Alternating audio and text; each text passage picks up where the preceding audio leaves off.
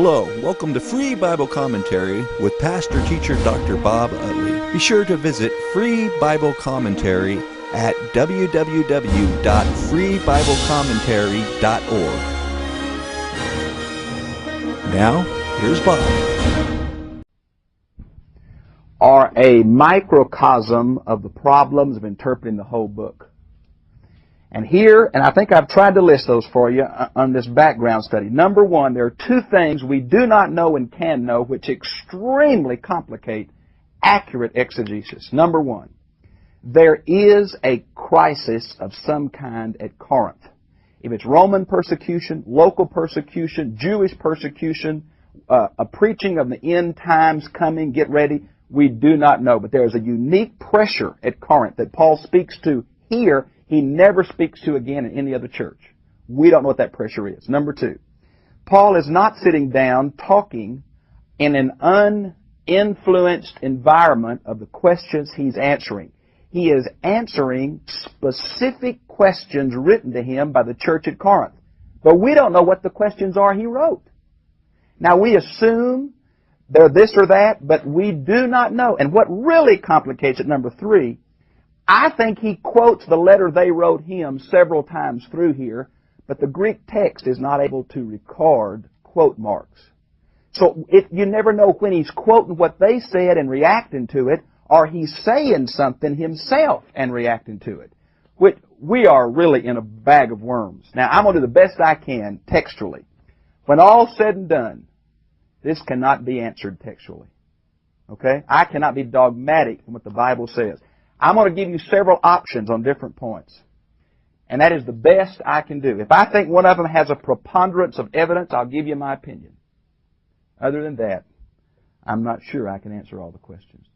This is the problem of cultural Christianity versus universal truth.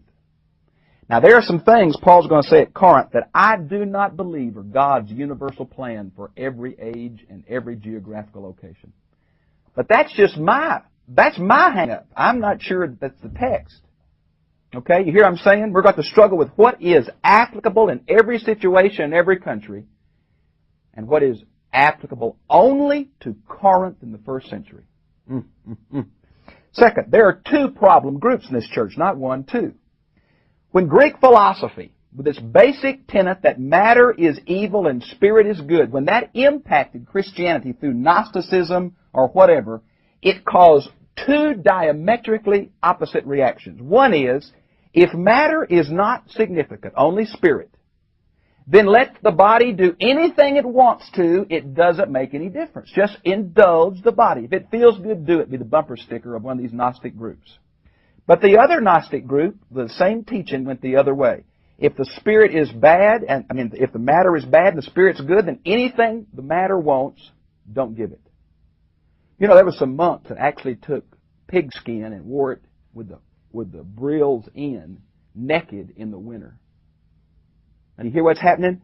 If it hurts, it's good for you. You know, the more you can have pain, the more you can suffer. That's what makes you spiritual. Now, both those tendencies are in the church right now. Both of them. You know, run off to the hills is the best thing.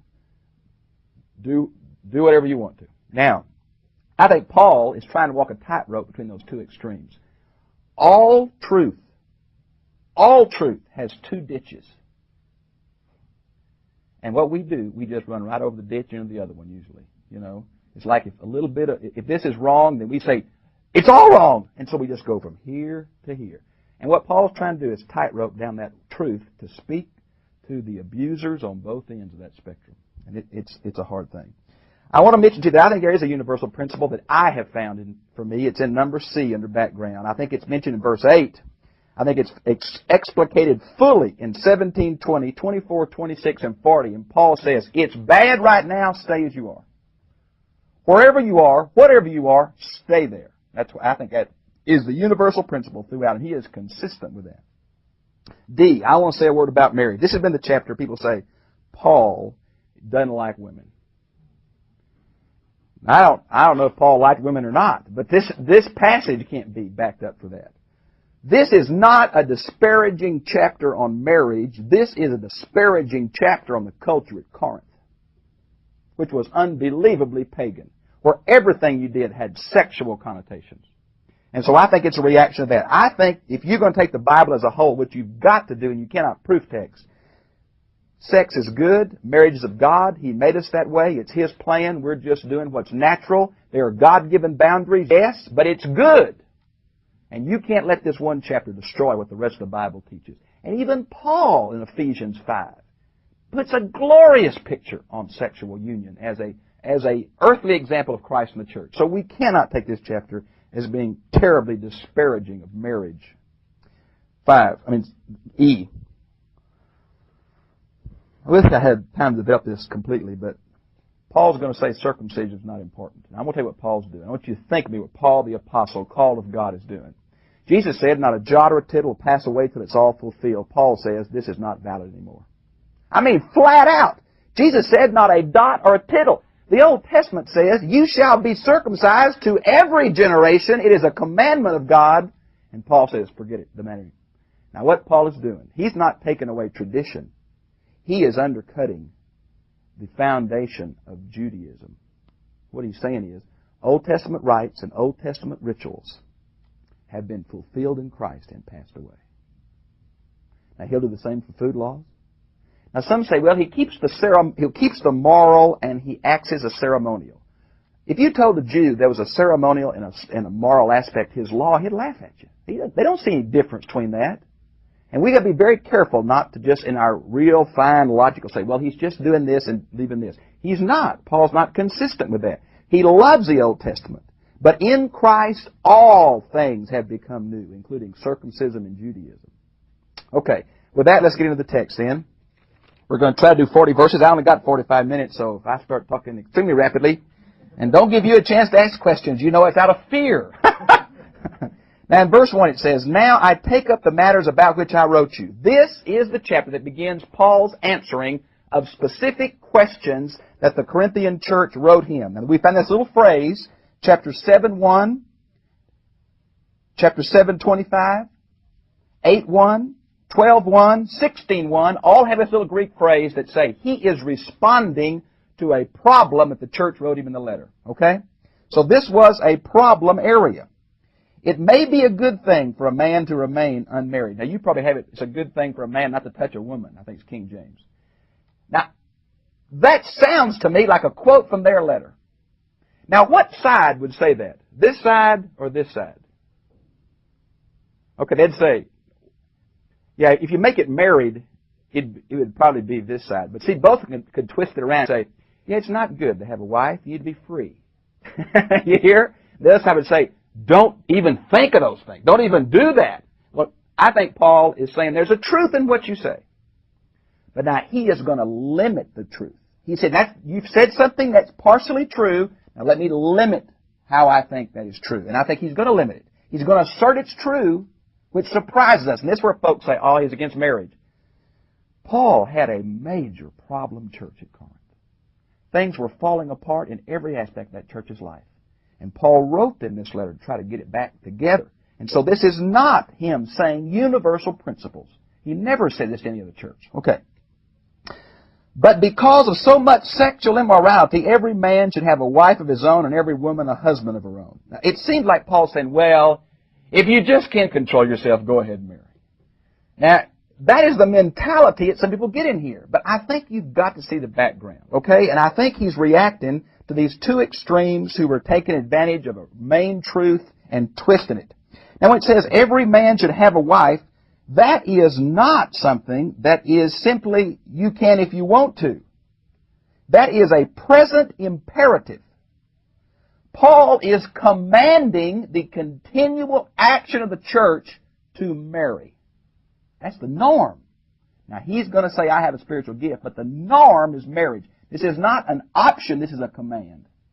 Present imperative. Now, notice where it mentions in verse 3 through 5. Now, I've kind of capsuled that for you down there in verse 3, where it talks about a husband and wife must give each other their due rights, or that their bodies don't belong to themselves, They belong to each other. This reflects the problem at Corinth. Now, we don't know what the problem was exactly. Some people say that there was a thing called spiritual marriages here, which we do know started in Corinth after 200 years. This is way before, that's 150 years earlier than that. We have no record of it. It's called a spiritual marriage, where a man and a woman would marry but have no sexual relations. They'd sleep in the same bed, live in the same house, but it was a way of showing a super control. And apparently the people were saying, well, if you need sex, go out to the whores or go out to the male prostitutes, but just don't do it at home. And Paul seems to be saying, if you're married, your bodies don't belong to you. When you marry, this one flesh ideal goes between two people. And marriage is a mutual thing between two individuals, and they both have reciprocal rights. Now, what's so surprising here is, in Paul's day, women were extremely considered chattel, property. Could be divorced for any reason. It was unbelievable, the condition of women. And what Paul does, look, and then in verse 4 he says, the wife has her right to it. Now, what Paul does is he brings a balance to an imbalanced society. He does that for wives and husbands in Ephesians chapter 5. He does it for parents and children in Ephesians 6. He does it for slaves and masters. He says something that seems to hit us wrong because of our day. In his day, this is a radically positive statement. What he was telling that husband is, you aren't the only master in sexual issues in your home. Your wife is an equal partner in the decisions sexually you make. Now, that was a radically positive statement in its day. That's trying to bring some form of rights and obligations and privileges to a lady in a marriage. And so I think we miss that because we're so used to our day. But that is a radically positive statement. Now, verse 5. You husbands and wives must stop refusing each other. Now, do you catch the asceticism here? They would say, the longer you don't make love, the more holy you are. Or sex is a necessary evil, or something like that. Paul's saying, no. No, no, no. It is not. It is good. It is wholesome. If you can remain single, remain single. That's better. Don't have all the problems around that. But if you can't, there's nothing wrong with that. It's nothing bad. Now, stop refusing each other what is due, unless you agree to do so just for a little while, and so as to have plenty of time for prayer. Now, you may have fasting in your text. It's just not in the Greek manuscripts, the better ones. It shouldn't be there. You mean that time in the life of a couple where they could say together, let's abstain sexually to commit ourselves to prayer. Now, I want to tell you the truth, I've never done that. But I think if I had a major issue that I had to settle, I know I'd go somewhere and fast. I know I'd do that. Now, whether I took Peggy with me would probably depend on how radically involved she was in that decision specifically.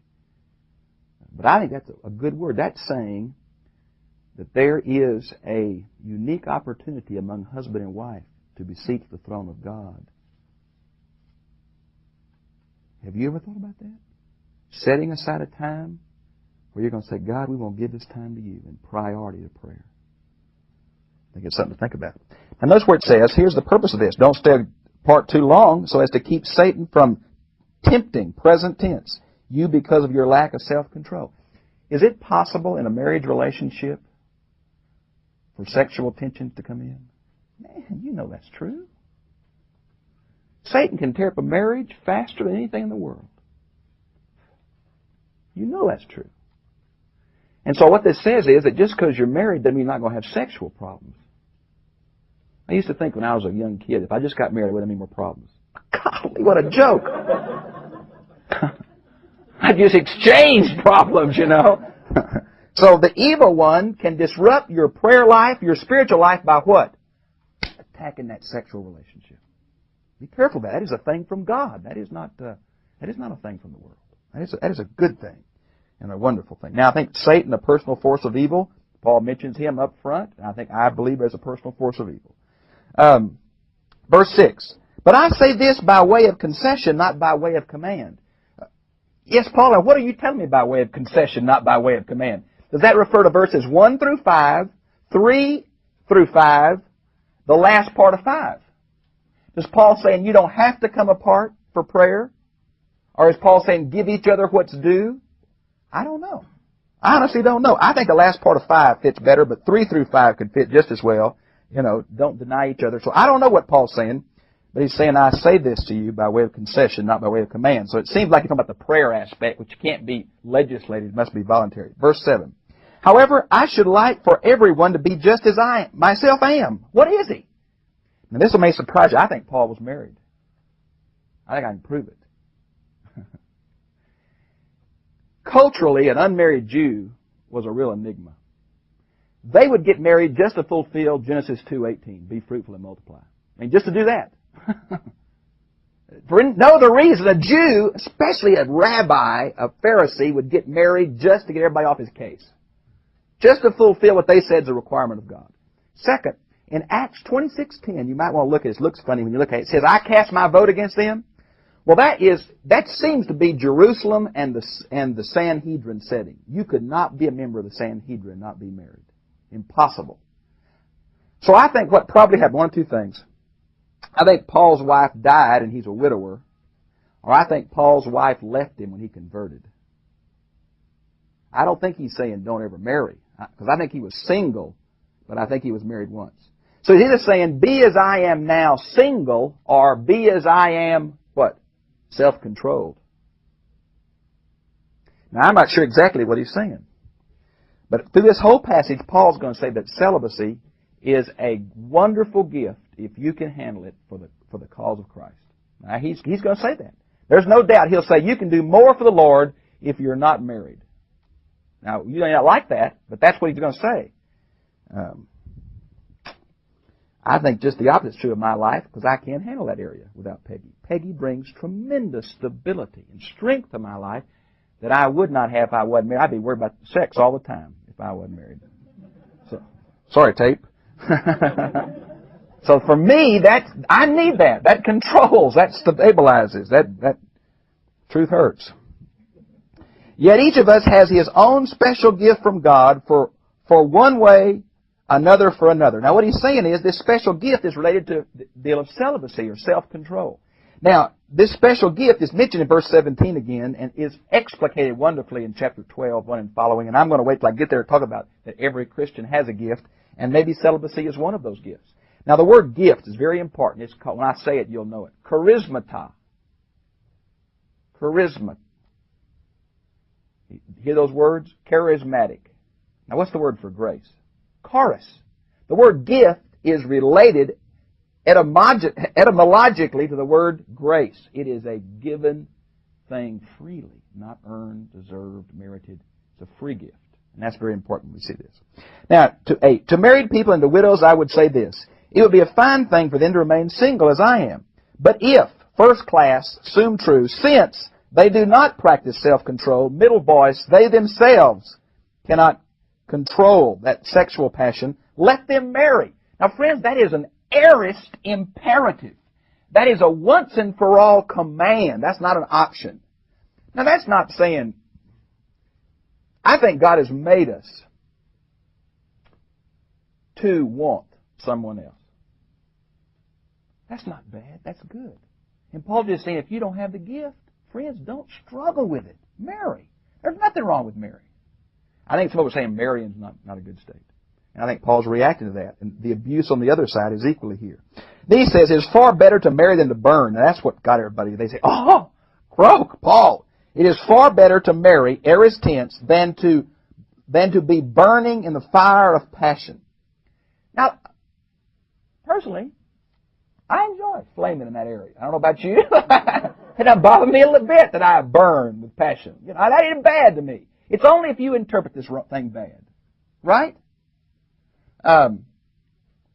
We're talking about a gift here, not about merit. If there's a gift, you won't be bothered in this area. Great, use that gift. Don't get married. There's a lot of earthly entanglements come with marriage. A lot of time commitment. A lot of involvement with marriage. A lot of hours in a week. If you ain't bothered in this area, use it for the Lord. If you are bothered, get married. Man, get married. And the implication is the most will marry. Okay? Now, let's continue then, verse 10.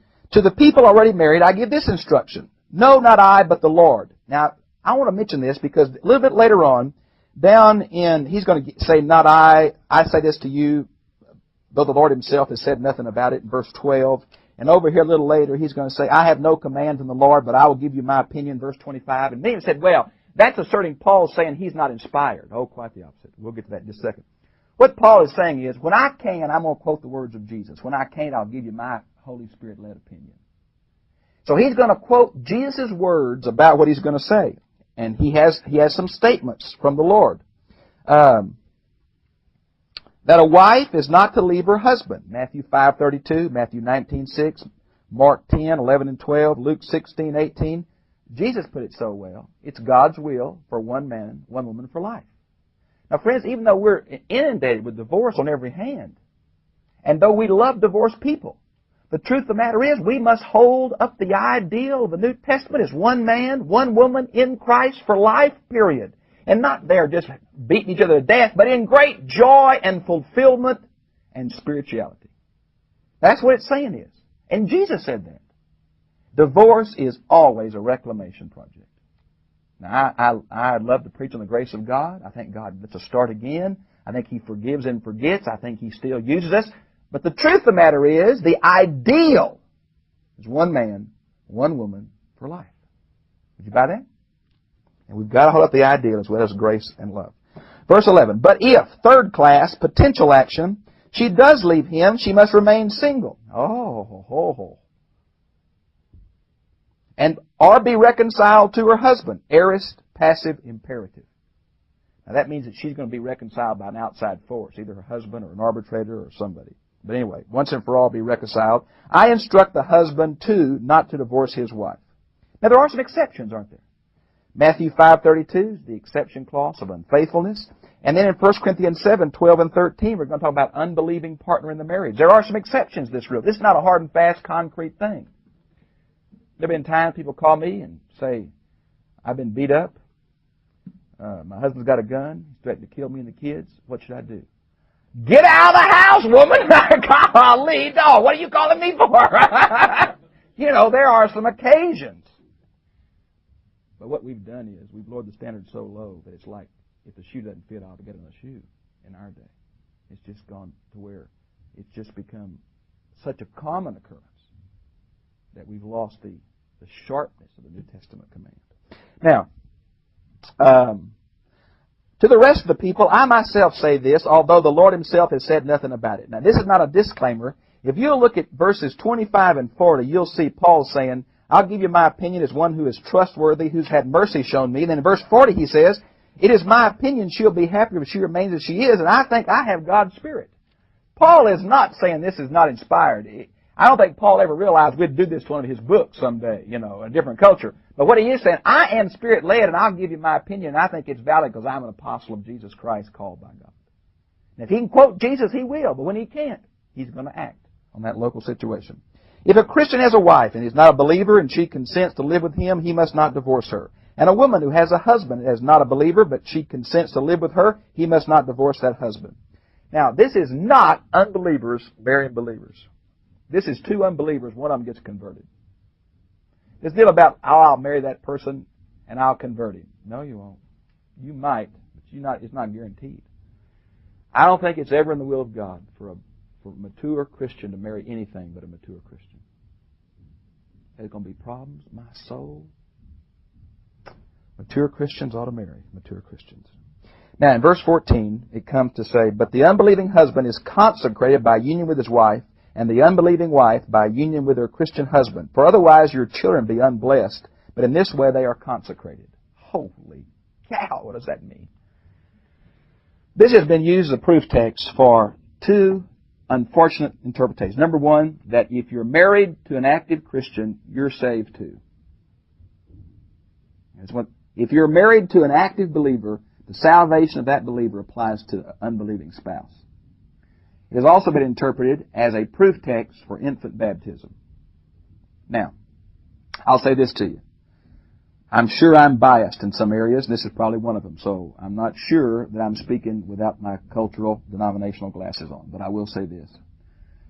If we're going to apply it to the kids, we've got to apply it to the unbelieving husband, because the exact same relationship exists between the unbelieving spouse and the unbelieving children. So if you're going to get the children holy because there's a Christian in the home, you've got to have the unbelieving spouse holy. And that doesn't fit anywhere in the New Testament, that an unbeliever can be saved without a volitional commitment on his part. You see what I'm saying? It's a two-edged sword right in the text. It's got to go both directions. We can't bend it one way for our theological beliefs. It's got to go both. I don't think it goes either. I think this is what's happening. There's been so many interpretations. I've listed some of them for you. Makes the children legitimate, makes them ceremonial clean. I think what it means, just RJ's free opinion to those who give the cooperative program, what we have here is that one believer in the home is a tremendous influence on the unbelieving spouse and the kids. The cultural benefits of being around a believer are going to permeate those kids, permeate that home. Now, I think that's what it means. When I get a hold of Paul, I'm going to say, you little fat bald man, why didn't you write a little more clear? But if the unbelieving consort actually leaves, middle voice verb, they leave themselves, let them separate. In such cases, the Christian wife or husband, here's another real hanger, boy, is not bound. Now mine has is not morally bound. It's a perfect passive verb. I've seen that used as a proof text for Christian remarriage. If you were to ask me point blank, does the Bible teach remarriage? I'd say, New Testament, I'd say no. But if you call me and say, hey, I'm a believer, I've had a divorce, I've got a problem, I found a Christian someone I want to marry, want to have a Christian home, will you marry me? Oh, yes. Do you hear the ambiguity there? I do not have a New Testament proof text. I just have the general view of the grace of God, which I go on. Now, I have told the Lord that I'd rather err in the side of people than err in the side of rules, and when I stand before Him, I'll take whatever it takes in penalty for knowingly going against what I believe is a New Testament command. That's something I don't do lightly. I don't believe it's a New Testament opening. It seems to me not bound means that the believing spouse does not have to continue to prayerfully work on the relationship. They are allowed to remain single. I wish I could take questions. I can't. I'll talk to you after this thing. God has called us to live in peace. Now look at verse 16. This has been interpreted exactly opposite ways because we do not hear the person speaking. We do not hear the inflection of the voice. We do not have the proper punctuation to know exactly. For how do you know, wife, whether you will save your husband, or how do you know, husband, whether you will save your wife? Now, if I quoted 1 Peter 3, 1 through 12, as a proof text for this, it'd be, stay married to unbelievers. You may win them wives by your quiet, gentle spirit. But the context goes against that. The context is, if you're married to unbelievers just giving you a terrible hassle about you becoming a Christian, and they want to leave, let them, because you're not sure you can ever win them or not. Now, I don't know which it is. It's either saying, hang in there, you may win them, or it's saying, don't use marriage as a tool for evangelism, because you're not sure you'll ever win them. The context seems to favor number 2. The parallel passage in Peter seems to favor number 1. New paragraph, verse 17. So only everybody must continue to walk or live in the station which the Lord assigned him. This is the universal principle to which I believe marriage, slavery, circumcision are illustrations. What's Paul saying? The times are bad. Things are falling apart around us, church. Don't go entering into new areas of uncertainty. If you're single, stay single. If you're married, stay married. If you've got an unbelieving partner and they want to leave, let them leave. It seems he's saying, just cool it for a while. Let's don't enter anything new till we say what's going to happen. I think that's what he's saying throughout here. Now,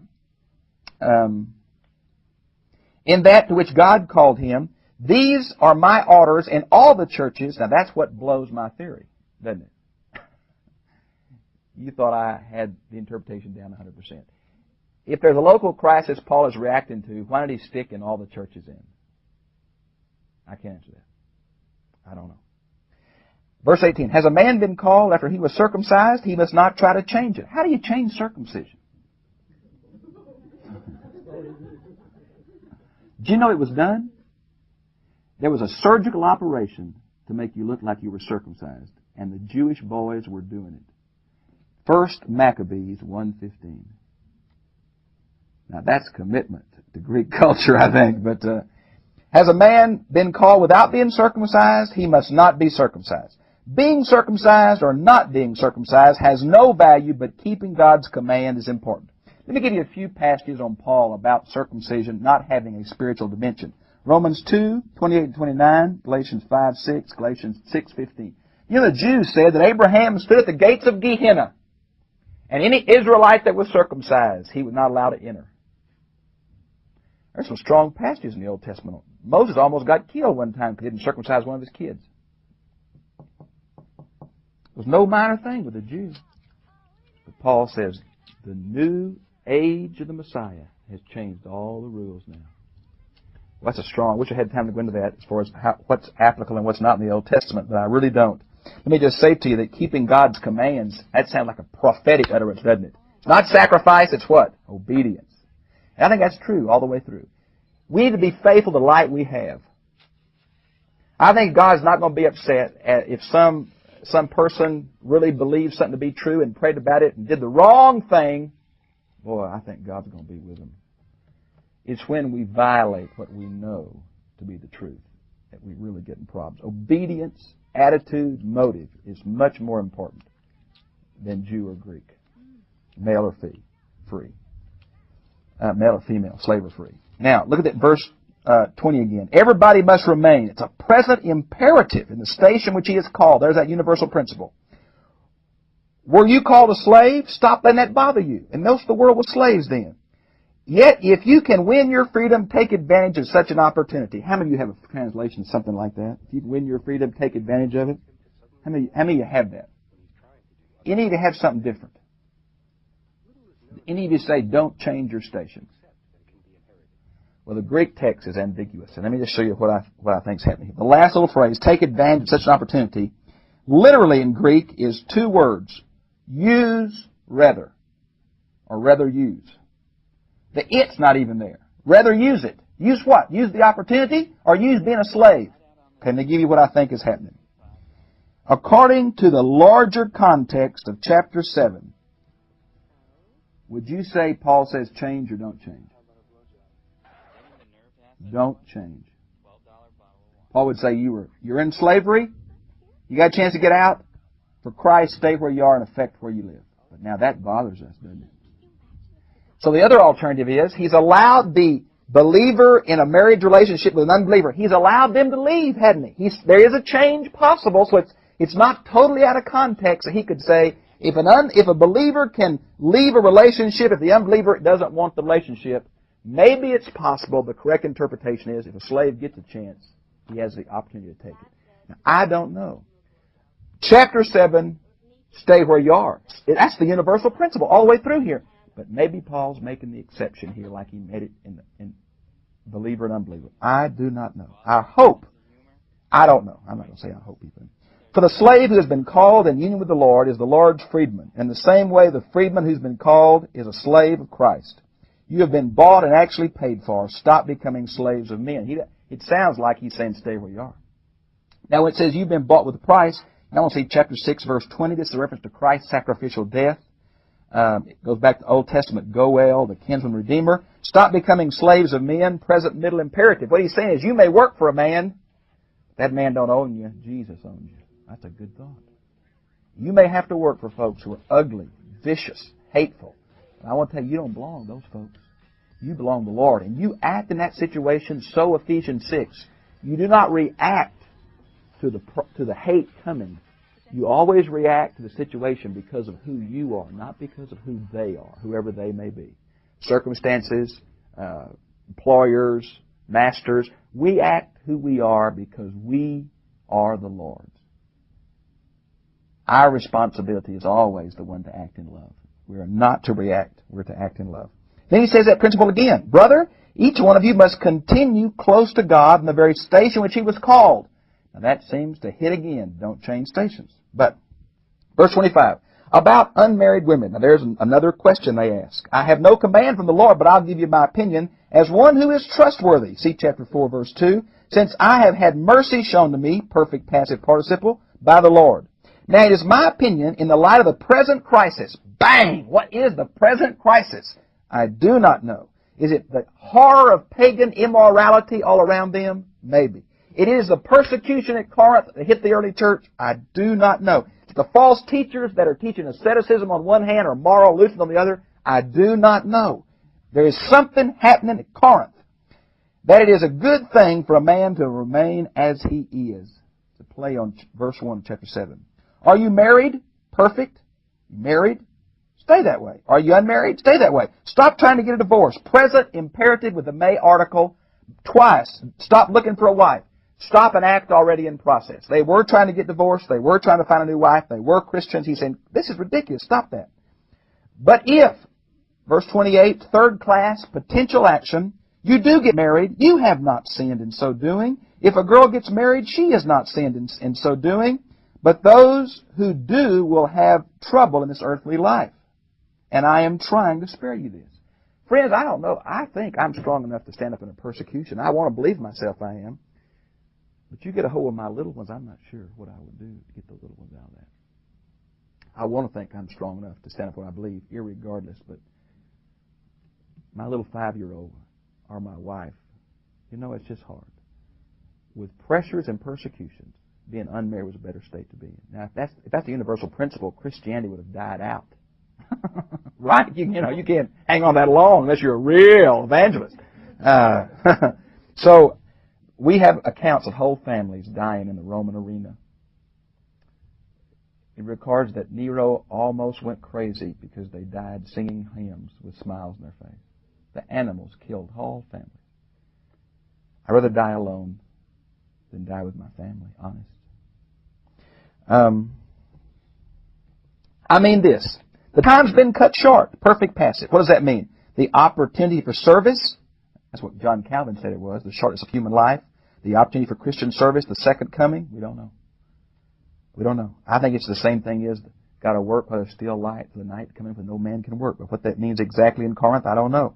For future, men who have wives should live as if they have none. Those who mourn as if they don't mourn. Those who are glad as though they weren't glad. Those who buy as though they did not own a thing. Those who are enjoying the world as though they were not entirely absorbed in it. For the outward order of this world is passing away. Now what it says is, and I've tried to capsule that in verse 29 for you, because I think this is important. What we're trying to say here is, don't destroy the normal relationships of life. But at the same time, don't destroy them and disrupt them. Don't make them priority.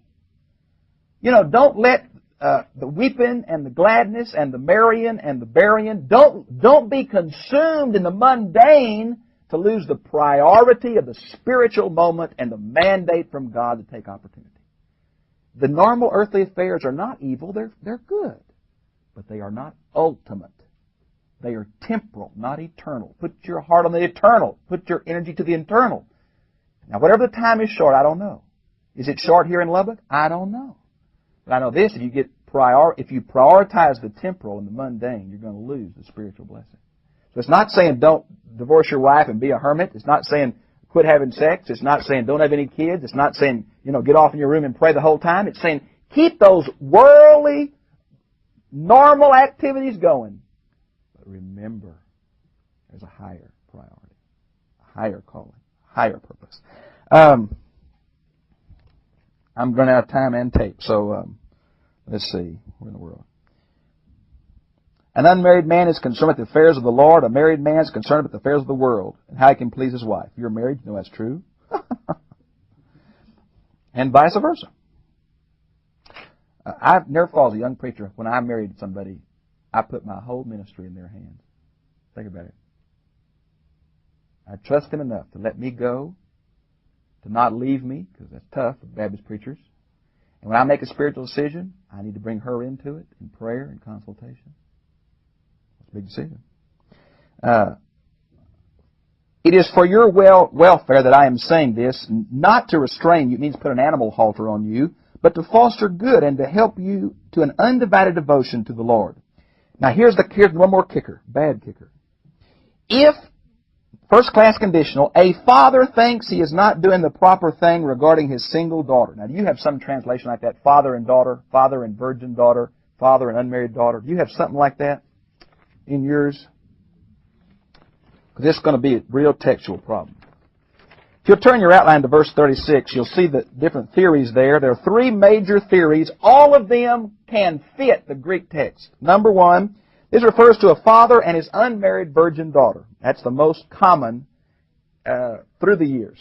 Number two, this refers to a man and his fiancée. That may surprise you, but it's in here. I'll show it to you. Or third, it may refer to spiritual marriage. I talked about earlier in the program. Being married with somebody but not living sexually together. Okay. And there are some good translations that back that up. You see RSV on number 2. You see New English Bible on number 3. So it's not something way far out. That's a scholarly group put those things together, believes that's true. I believe number 2, and I'll try to show you why. First of all, can you imagine someone come to their teenage daughter today that's getting ready to get married and say, "Hun, I've prayed about it, and I think you ought to remain a virgin all your life." Runaways, man. Be open rebellion. Arsenic in the coffee. Is it all over for us? Is that what this is saying? That's my first question. Now a father, a man, thinks he is doing the proper thing regarding his, and literally the word there is his virgin. Now that is a terribly unusual word for daughter. There is a word for daughter. Daughter is called virgin in some extraneous Greek documents during this time, but do you normally go around calling your daughter your virgin?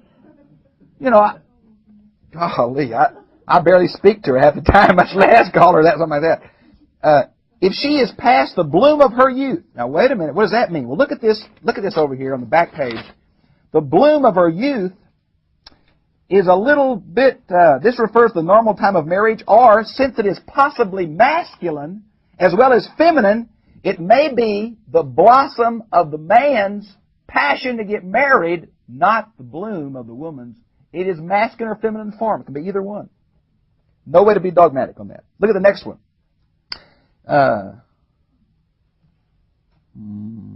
She ought to do so. Now mine has let him do what he desires. He commits no sin. She ought to do. There's the Greek. So ought to be that one wishes. The pronouns are so ambiguous through here, certainty is impossible. But it seems to be saying here, let's see, this refers to the man or the woman. The pronouns are ambiguous. Look at the next one. Let them do what she desires. That again can just as well be the man as the woman. It's a present imperative. Let them marry. Now it's the plural. Let them marry. Down in the last part of verse 36. Let's see if I can find it. He commits no sin. Let the daughter and her suitor marry. It's present imperative, but literally it means let them marry. Now, what is the normal interpretation if you have a man, not a father, a man and his virgin, and then it says let them marry? What would you think it's referring to? I think it's a young couple, Christian both, who are planning to get married. Read Paul's letter. Ha! Paul says don't marry. Now they're in a quandary. They both love the Lord. They want to do what's right. They had planned on getting married at a certain time, and now they don't know what to do. Do I go ahead and do it, or do I not? And Paul says, if you feel those natural flames, marry. It's all right. If you don't feel those natural flames and you can live single, I'm telling you, you'll be better off in this particular crisis. Don't marry right now. Now, I think that's what it is. I think that's what it is. Look at verse 37. That's what he says. If the father, it's the man who stands firm in his purpose without having any necessity for doing so, and he has made the decision in his own heart to keep her single, will do what is right. And so the man who gives his daughter. See how this translation is so interpretive? It's just the man and the virgin all the way through here, or them, whatever. The man who does not do so does even better. Now, what Paul's not saying that celibacy is spiritually better than marriage. He's just saying it's practically better considering the times we live in. That's what he's saying. Last little part. A wife is bound, perfect tense, to her husband as long as she lives. Apparently they ask him about, well, can you ever remarry? Yeah, right here. If her husband dies, she's free to marry anyone she pleases. Now this is showing that remarriage isn't a problem. There's not some sin in remarriage. No. This dude's died. You see. Now then it says, except that he must be a Christian. Well, that's very interpretive. What it means here is it's either the idea that Christians must marry Christians, and you'll see 2 Corinthians 6:14, or the Greek text could mean she must act as a Christian when she marries. which implies the same thing, but doesn't definitely state it. But it is my opinion she'll be happier if she remains single as she is. The widow's role, which I think were the deaconesses in Timothy, were women over 60 who didn't remarry. Paul tells those young widows, don't you be a deaconess. Remarry. I think he knew what happened, the problems that would happen